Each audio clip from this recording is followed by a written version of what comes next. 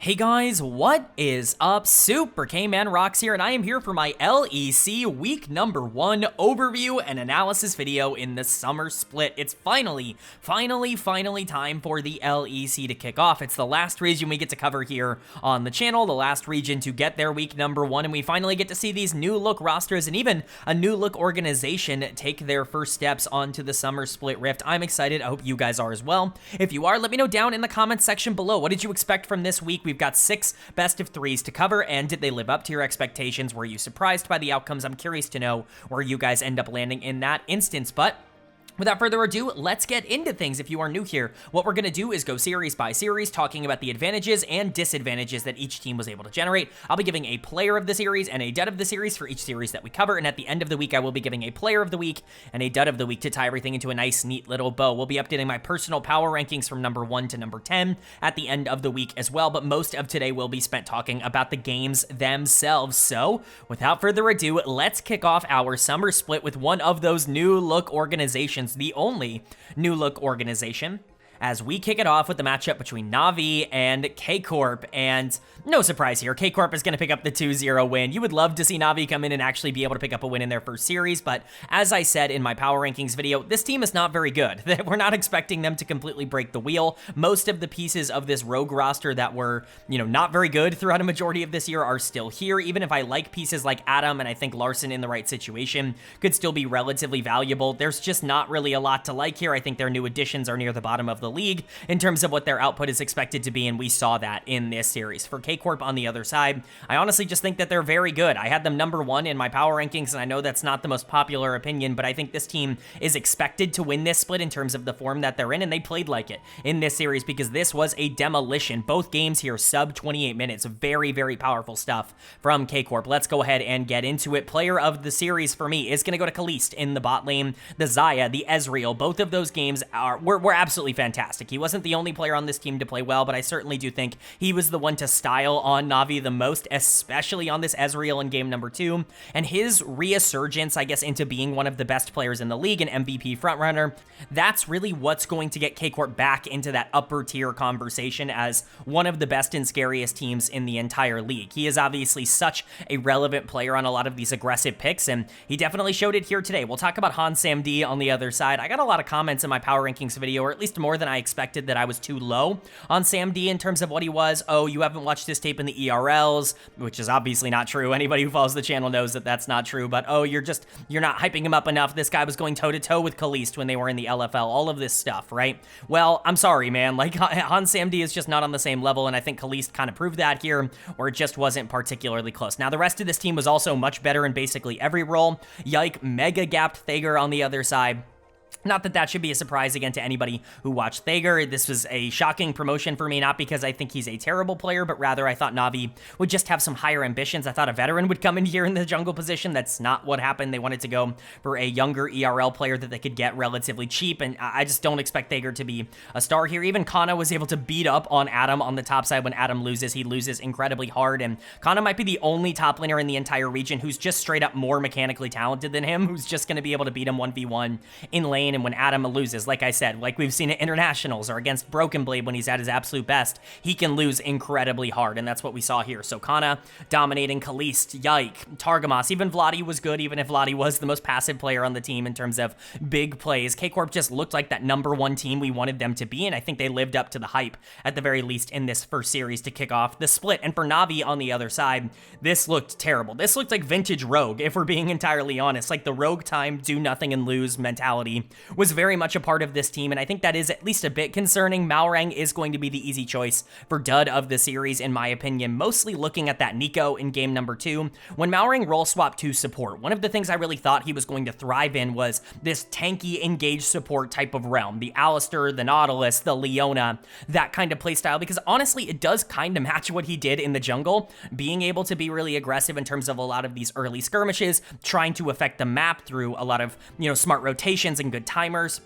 That's what I think Malrang did at a really high level when he was, you know, a top tier jungler, and so I expected him to be able to pick up that as a support relatively well. But then Nico, boy, did that just look completely uncomfortable for him. And I know I've talked about it on this channel, but Nico has been nerfed quite a bit over the past few patches, and, you know, certainly since the end of the spring split, the last time we saw LEC domestic action. And so it's not surprising to see that champion just generally be a little bit weaker. But if you're not finding good engage angles, and certainly if you're not like finding any engage at all and dying before the fights even start, it's a pretty big disaster, and Malrang looked completely lost in the support position. We were already concerned about what he was going to look like. I think it's maybe even worse than what we were anticipating, at least in terms of the benefit of the doubt slider. Sam D was also a part of that, although how much do I want to put that on Malrang just running it down? His support being really bad makes it very difficult to play AD carry, but again, I'm going to push back on a bit of the Sam D hype. I absolutely have watched him in the ERLs and the LFL. This guy, I just don't really see it, quite frankly, in terms of the mechanical skill. I don't see the upside. I think he could be a pretty stable player if he's playing weak side,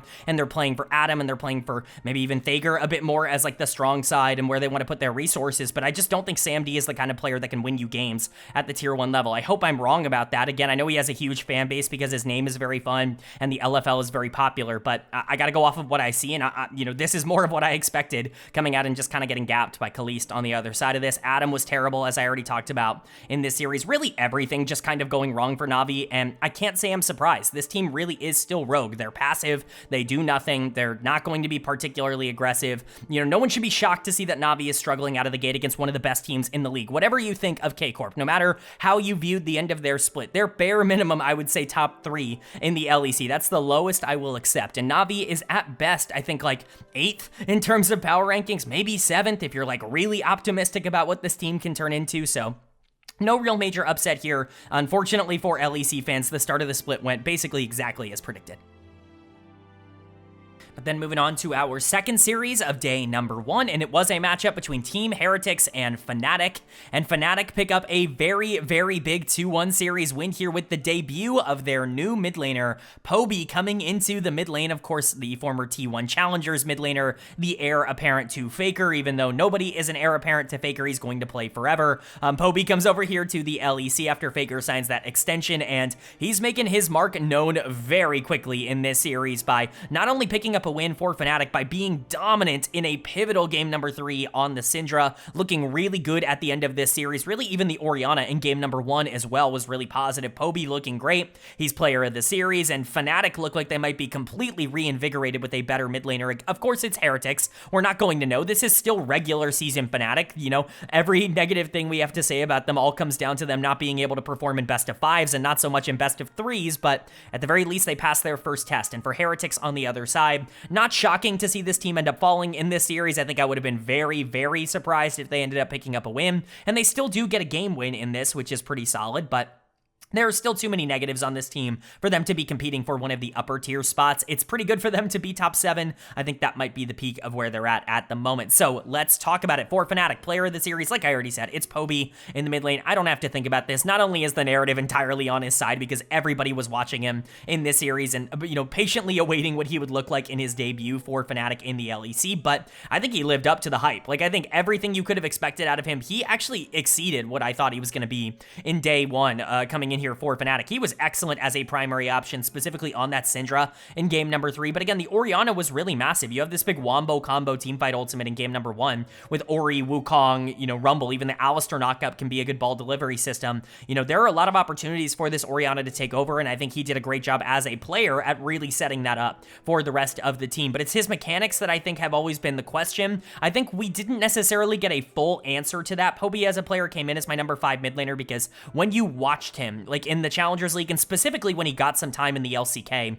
his biggest problem was just that he wasn't a dominant laner. He really wasn't getting big leads, and I think that team really struggled because he wasn't so consistent in the mid game. He's not a very loud voice and things like that. I imagine that's getting even worse coming over to Europe, but if he can just be this stable control mage type of player while he learns to grow into a couple more things, that is a very good role for a player that I do think has very good game sense, all things considered. I think he's in the right place at the right time. I think he's good at shoving and roaming and playing for his jungler. Like, I think there are positives to what Poby does in the mid lane in terms of style. I think we saw a lot of them on display here in the debut, so Credit to Poby, I thought he looked great. Rest of the team was pretty solid as well, though some ups and downs. Upset was pretty solid. Again, he's just going to be a KDA warrior for this team. He's always going to have a good KDA. He was okay, I would say, throughout a majority of this series. The big moments were huge from Upset, and that I really want to give him credit for, but some of the rest of the stuff, not so much. I think Razork was a bit underratedly good in this series. I don't see a lot of people talking about how good Razork was, but Sheo is certainly not a pushover in the jungle position, and I thought Razork was just straight up better than him in this particular matchup. Oscar was fine.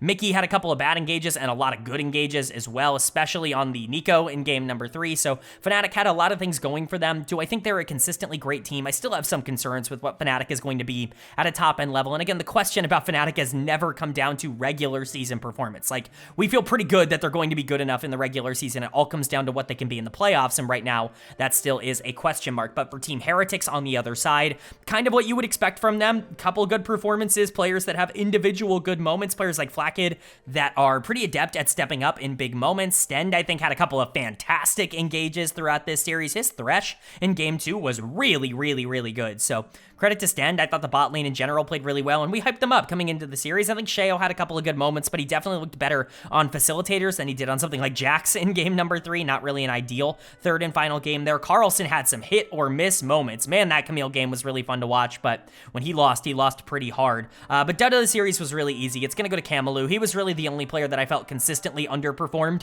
throughout this series. Not only was he losing in the 1v1 to Poby and generating a lot of resources for Fnatic on the other side, not really a great thing to hear about your own mid laner, but I think his team fighting was very poor as well. Camelou is a player that I think has a lot of development to go. He has not really shown a lot of current ability at this level. He's shown flashes of what he can be. Again, very Seiken-esque in the sense that he's somebody who, when he does have resources, when he can play from ahead, he actually does show that he's okay in that role, even at a tier 1 level. But if he has to play even from neutral, he's just the worst player in the entire league in terms of having to operate from that sense. And I think that continued here. The Aurora was useless in game 3. I think the Talia went to waste in game number 1.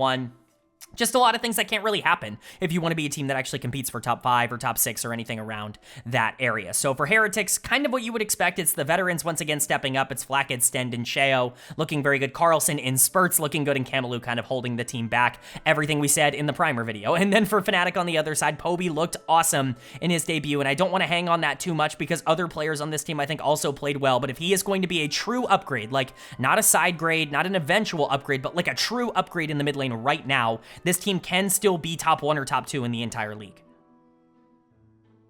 Then moving on now to day number 2, our middle day here of the week, and we kicked off day 2 with a matchup between Team BDS and SK Gaming, and BDS is going to pick up the win here. Both of these teams definitely new look going into this new split. In fact, BDS has SK's old jungler, Bukata, as their new starter. They brought in Rooster. In the top lane, SK basically completely redid their roster. Dindin, Skeens, Abadaga, all coming in as new starters on the top side here, but BDS's changes have proven to be more fruitful, as we all expected, and they end up picking up the 2-0 win in a very boring series with not really a lot of highlights. This was a, I don't want to say do nothing and lose type of loss for SK. This was more so they're really bad at the game, and all BDS had to do was pick scaling and then just win it Otacon, and all of a sudden the game was over. It didn't really matter what else happened in the entire game, so credit to BDS, I guess. They started to play their style a bit more. Teams, sometimes get out of their own comfort zone maybe a little bit too much to try to get into entertaining or fun League of Legends to play or watch.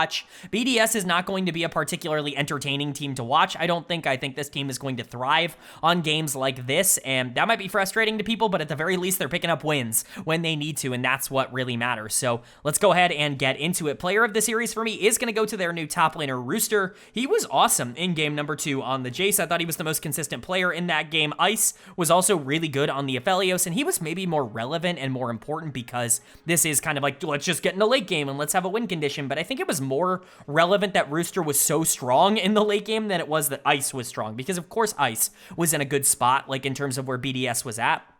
He's just a good player, and you don't have to worry too much about him being like a team fight god. He's the best team fighter in the AD carry role in Europe. He's just not great at every other part of the game, and so you weren't as worried about him. It was more so like, what is the rest of the team going to look like? And Rooster, I think, did a good job not only stabilizing in the early game, winning his matchup, and pushing forward against a player he is pretty familiar with in Dindin on the other side, but I think he did a great job, quite frankly, at being able to utilize that Jace in the late game to continue to put pressure onto SK. So for me, Rooster is player of the series, but if you wanted to give it to Ice, I'm really not going to be be all that upset by it. Jinx, Aphelios, this is the kind of stuff I expected them to start spamming this split, because every single time Ice has been a good and successful player at the LEC level, it's because he's played Jinx and Aphelios and Zeri and, you know, all these other hyper carries that he doesn't have to worry about too much with. Yunara's just come out, and I think that's going to be something BDS really likes to play. If they start to get into that slower, more methodical mindset once again, I think that's really going to benefit them, and I think we saw that in this series. Bukata had a great debut on BDS going against his former organization, two former teammates here in Kadui and Loopy on the bottom side of the map. You know, I questioned why SK would be willing to sell Bukata. I didn't realize they got so much money for Bukata, and obviously if you're going to sell someone who has barely any LEC experience for that much money, it's probably a worthwhile deal, no matter who you get in return, but he certainly made it look stupid in terms of this game, because I think he can be someone who elevates BDS. Nuke was great, way better than Abadaga, who's a disaster. Paris even really started to feel a lot better in terms of the way he wanted to play through the system, and I think all of this is just a positive for BDS. They looked great in the first series, even if I don't think people are going to say that, because it was very boring and very slow. But for SK on the other side, this team's a nightmare. Like, there's just not really a lot to talk about. I think that there are redeeming qualities. I think Skeens played so much better than I thought he would in the jungle. I thought this guy was going to be a disaster for SK, but he was much better than that. Maybe he's not number 10 in terms of the jungle rankings. Maybe Thager is actually number 10 and Skeens can be closer to 9 or 8. That would be the dream scenario, I think, for SK with how he has played as of late, but, you know, maybe it's just one series. You never really know. Kadui and Loopy also weren't disasters in the bot lane. Kadui is a good player. Loopy, I have pretty persistently called the worst player in the LEC. I think he has a teammate here in Abadaga who could very much fight for that award, and we will obviously talk about that, but Loopy wasn't the worst player on the team in this particular loss, which is a good thing overall, but man, why did they sign Abadaga? Like, what are we even looking at here in the mid lane? Quite frankly, I was just confused when I saw that SK had signed him on as their starting mid laner, because I watched the LTA. I saw this guy on Disguised. I know what he's looked like throughout this year, and he's looked unplayable at a tier 1 level, and you know what? That has not changed. I think the KDA is a bit misleading. This guy was down a ton of gold in the early game. He was not useful in team fights. He was mispositioning, stepping too far forward on things like Rise. This was a really bad series from Abadaga, and I don't expect it to get better. Right now, I just think SK is in a pretty bad spot. Din also was the significantly weaker top laner on the top side. I think people might have thought that that was going to be different, because Din actually does have a consistent amount of LCK experience, whereas Rooster never really made it there, but do not get it twisted. Rooster is a significantly better player than Din despite the lack of, like, tier 1 experience. He's just been stuck in the Hanwha life system for a long time, and Din got very lucky to be playing for a Nongshim team that's basically been begging to have a top laner over the past couple of years, now that they found one in King and they had no use for him anymore. So SK is just not a particularly good team. This is not a shocking result, and BDS, while slow, while boring, while methodical, you know, they were able to play their style, and they were able to pick up a big win here. Then moving on to our second series of day number 2, and a fun matchup here between GIANTX and Corp. And Corp is going to pick up the win. It will be 2-1, which is definitely more competitive than I thought it was going to be in this series, but at the end of the day, you see the draft in game number 3 for GX, and you think, this is gonna be tough. This is going to be a hard one, I think, to complete. If you are GX, you end up giving Azir a free laning phase. This team scales really well into the late game, and all of a sudden, it's tough to beat Corp in a team fight, and game 3 is the biggest blowout of the entire series. I think that did leave a bit of a sour taste in a lot of people's mouths coming out of this, but honestly, most of GX played really well, I think, throughout a lot of this series. It was Corp who ended up stepping up when it mattered the most. Now, did they have some terrible moments? Did they have some players who I think underperformed throughout this series? Yes, I do think that there were things that I could point out that maybe I wanted to see a bit differently from Corp, but at the end of the day, a 2-1 series win over GX in their group, it's probably enough to get them into a pretty good spot. So let's go ahead and talk about it. Player of the series for me is going to go to Kana on the top side. It really didn't stand out to me who was the best player on Corp. It certainly stood out who was the worst in terms of their performances, but Kana was the one that I think was the most consistent across the series. He didn't have one of those game-breaking type of performances that he has all so often in the LEC, where it's just like you're up 50 CS, you have the biggest impact on every mid and late game team fight, you're just dominating the game like nobody else is. I still think he has been the best player in the entire region so far this year, but you know, this was still good. It was still a pretty solid performance. I think the Galio counterpick to Rumble is still very, very effective on the top side of the map. And he, of course, showed that off. I think we saw a bit more of the carry potential on the Jax in game number 1, where I think he was really aggressive. So, you know, Kana just doing Kana things. Like, this is arguably the best top laner in the league versus the worst, even if I don't think Lot was all that bad in this series. In fact, I think he looked fine. All things considered, going into Kana, Kana was still really effective in terms of his individual role. The only other player you can consider is Kalist, and I think more of that is just the KDA bonus that he ends up getting for getting to play, you know, Xayah, Aphelios, Ezreal throughout this one, specifically the Xayah in game number 3, where he just got so much free damage off in the back end of that fight. If you want to give it to Kalist, I'm really not going to argue it all that much. He did have a very good series, and he was involved in quite a lot, but to me, Kana did deserve it a tad bit more. Targamas and Vladi, I think, were also generally fine here. Targamas had a couple of wide engages, we'll just say, some aggressive looks, especially on the Thresh in game 2, where I just don't think that ended up working out. Vladi was definitely better than Jackie's. We'll talk about that more when we get to Jackie's, because I don't think it was as much Vladi playing well as it was Jackie's just not playing well, but yike, man, you gotta lock it in just a little bit here. This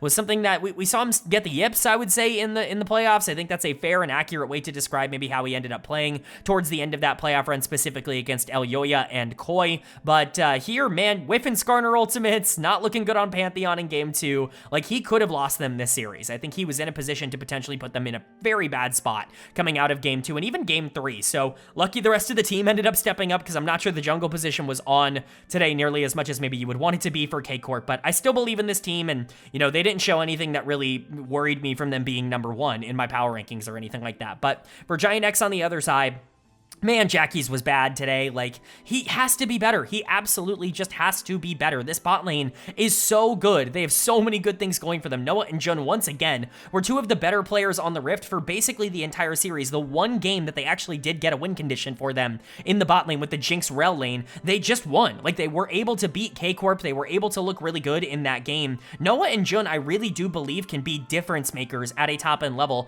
and I think if the rest of this team ends up becoming even remotely average, they can compete to be a top 4 team in the LEC. I know that feels crazy, and it still does feel a bit outlandish because I just don't trust that second part of the statement that I made, but Noah and Jun as a bot lane are good enough, and I think we saw that in this series. It's everyone else. Lot was kind of irrelevant, but for the most part, he wasn't the problem. I think I'm okay with this kind of performance from him, because really all he needs to be is just not the issue on the top side. The games where he ends up losing, are basically unwinnable for GX, and so if he can just go kind of neutral and be relatively irrelevant on the top side, I think that's okay. Jungle Maid wasn't good enough here today, and I think even Isma had some good moments. He was pretty good in game 2 on the Xin Zhao. He just couldn't quite keep up with the pacing of K-Corp in the back half of this game. Had some terrible fights on the Vi in game 3, but this comes down to Jackie's just not being good enough, in my opinion, right now. The form that we saw from him last summer is a complete mirage in terms of everything we've seen in the LEC. Wasn't that good in spring or winter of last year. He's not been that good this year in 2025 up until this point. We've just not seen a progression in terms of where he's at. In fact, we've seen him regress from summer of last year. So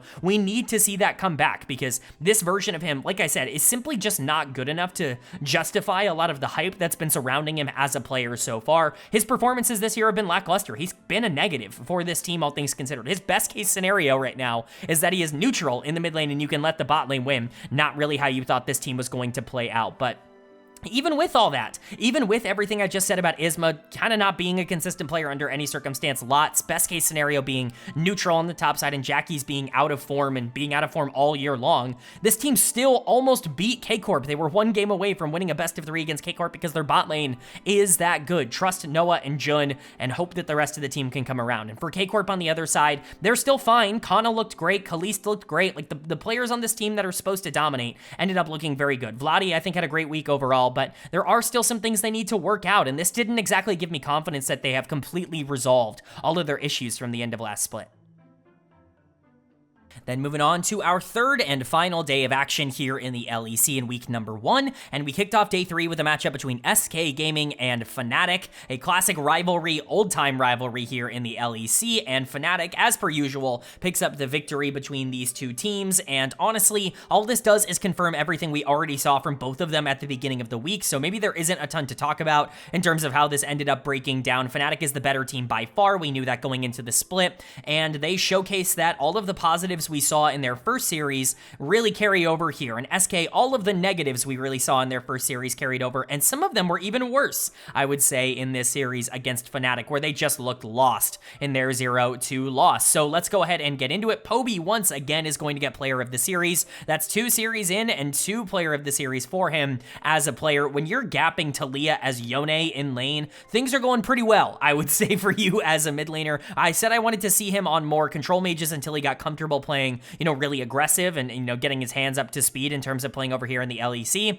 Well, I think Abadaga might be the exception to that rule, because Poby embarrassed him in terms of how this laning phase ended up going. He took over in the mid game and generally controlled the map very well. This was just a very great performance from Poby. I've seen people calling him Poby Bryant. I'm all in. I'm all in on the nicknames. I think that's really, really funny. We'll see what happens when he actually goes up against good mid laners. So far, he's only played the 2 worst mid laners in the entire league in Kamalu and Abadaga. So, I don't want to sit here and overreact. I'm pretty sure, Humanoid would have also had these kinds of performances against these 2 caliber of mid laner, but, Poby's looking good. He's passing the first test. That's absolutely for sure. He is better than the bottom tier in the LEC. That is good. Upset and Mickey X had a great series here. I would say they were even better than they were earlier on in the week against Heretics, if only because they had more room to operate. Loopy was giving them a lot more pressure in the 2v2, as he tends to do, and I think Mickey took full advantage of that with the Bard in that second game. Really aggressive stuff from them.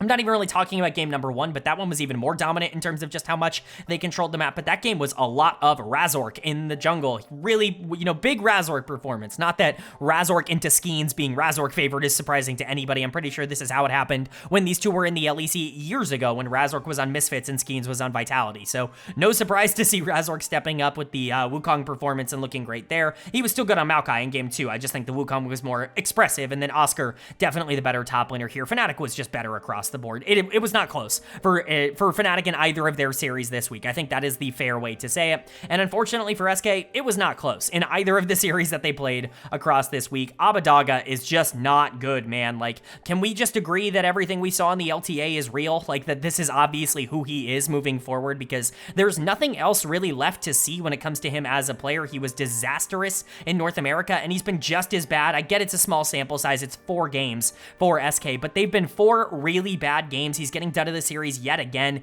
He's just gonna get gapped, like, over and over again. I have a big feeling this guy is going to be a mess, and it's not like the rest of this team is good enough to be able to salvage it. Loopy kind of returned back to earth in terms of the fact that his 2v2 was terrible here, and he wasn't making plays on the Rakan as a playmaker in game 2. You have Skeens, who's just sacrificing pressure and not really able to keep up with LEC caliber pathing, especially when he gets something like Pantheon in game 1 that he should be able to dominate on. And then Din Din's just nothing on the top side of the map. Kadui can only do so much. There's one good player on this team, and he can't really salvage things. So it's a nightmare for SK. This is the worst team in the league, and it's not particularly close. As much as I don't like teams like Na'Vi and think that they are near the bottom of the standings, SK is so far below everyone else in terms of where their LEC level is at, it's actually ridiculous. And for Fnatic on the other side, it's cool to see that it does look like an upgrade, but again, they played the 2 weakest mid laners in the entire league, and Poby popped off. That's great. We'll see what happens when he actually goes up against some of the better teams in the LEC, but, at least the first 2 checkpoints I think have been passed here.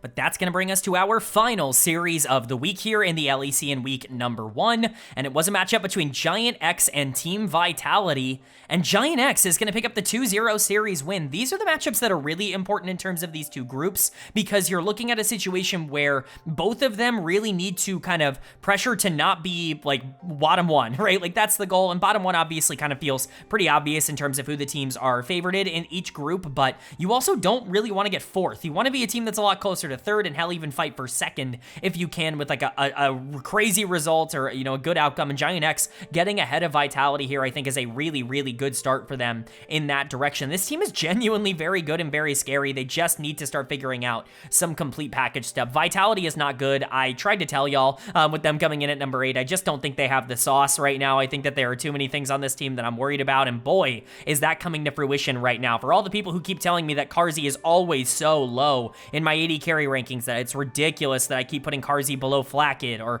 putting him below Ice or whatever, right? Like, here you go, man. Like, what else do you even want me to show you? This happens every split. Like, he'll have some great games. He'll have some terrible ones too, though. It's so predictable when it comes to Carzzy. So we'll go ahead and talk about it. But Isma is going to get a lot of the praise here because he's player of the series coming out of the jungle position. This was a great series for Isma. He really controlled the map and did a great job at pushing everything forward. He's a very weird player to talk about because, again, he came into the league so specialized in terms of what he was as a player. He was an early game player. He wanted to gank at level 3, he wanted to skirmish at level 7, and he wanted to play over every major objective, and if he had to play from behind, the dude was completely unplayable. That was the case when he first came into the league, and we saw all those glimpses for, many splits, and then he ends up, coming over here to GIANTX last split after some time, I guess a little bit of time in Corp Blue, but coming over last split and looking fine, I guess, like up and down moments, again, kind of the Isma we expected, where the bad games are terrible and the good games are actually pretty okay. Hopefully he's starting to figure something out. I just want to see this guy get a tad bit more consistent because I've always said there is talent in Isma. There is like a player in there that if you can pull it out, if you can actually get some coaching under this guy, because I just don't think he got any on SK Gaming for all those years. If you can actually get some coaching in him as a new jungler to the league, like maybe you can actually turn him into a pretty good player, because I think the base, like the core of Isma is actually really solid. You just need to be able to clean up a lot of the rough edges, and hopefully they're doing that here. This is the kind of game that he normally wouldn't dominate in this kind of way when he was on SK Gaming. So this is a really nice win for Isma and for GX. The bot lane continues to just be ridiculously good. What do you even really want me to say at this point? I will hype up Noah and Jun over and over again until I can't stand it anymore. Like, I seriously think this could be a top 1, top 2 bot lane in the LEC, and I think no one cares because they're on GX. Like, I think that just kind of is what it is right now. Like, they really are that good at being able to generate leads, and they are that consistent at being able to punish enemy mistakes, and it's just everything you want. Some top team needs to bring them both in. If only a team like Fnatic had them both. Obviously, jokes aside, like Fnatic's bot lane is one of the few that it's just straight up better than them. In fact, actually, all 3 of the best teams are probably better than them. But you know what? Noah and Jun firmly in that 4th place bot lane spot. G2 would love to have Noah and Jun. I can basically promise you that. Lot was pretty solid on the top side. Again, relatively irrelevant when it comes to the overall game impact, but that's a good thing. Lot is your, prototypical weak side top laner. You want him to be able to play tanks and stay relatively safe for himself. Jackie still has some problems, man. This guy's positioning can just be bad, but when it works, and he still is able to do a lot of damage. So overall, it's a nice win for GX. I think they were able to limit the mistakes here, and that was enough to be able to come out on top against a team they are better than in Vitality. And for Vitality on the other side, once Chayak loses in the mid lane, it's kind of doomed for this team, not because I think that he's the only good player or even the best player or anything like that, but rather because I think he's really like the anchor for how the team's tempo is going. Nako is getting, some praise online. It's like, oh, you put your best player on Cassante Ornn. I'm still a little bit lower. I think Nako is one of those players that's really good at getting a gigantic gold lead and then doesn't really know what to do with it in the mid to late game. I think he can still team fight really well, but, I don't trust him to be the number 1 option every single game, as I stated in my primer. Chayak needs to step up and really be a consistent carry presence, and he was really behind. And I think the main thing, your one veteran on this team that you've built this entire roster around in Carzzy was just terrible. Like, he was unplayable here. 1-6-2, got involved in 3 kills across these 2 games. He was not a part of this series. Like, he was not here. There was nothing, no light behind the eyes in terms of, with the brain being active. And this happens to him. Quite frankly, this happens to him all the time in terms of how he plays the game. There are so many different examples of Carzzy having one of the best regular season games you'll ever see over the past couple of years. And there are just as many examples of him just being completely useless and throwing games away from the AD carry role. It's why I just can't consistently call him one of the good AD carries in the LEC, because on any given day, he can just show up and be terrible. All that being said, he's likely going to be really good the next time this team plays, because almost every time he runs it down, he gets reinvigorated, his mental comes back, and he dominates the next game, and everybody forgets that he ended up playing bad. I don't forget. Like, this happened, and it matters just as much that these games happen as it does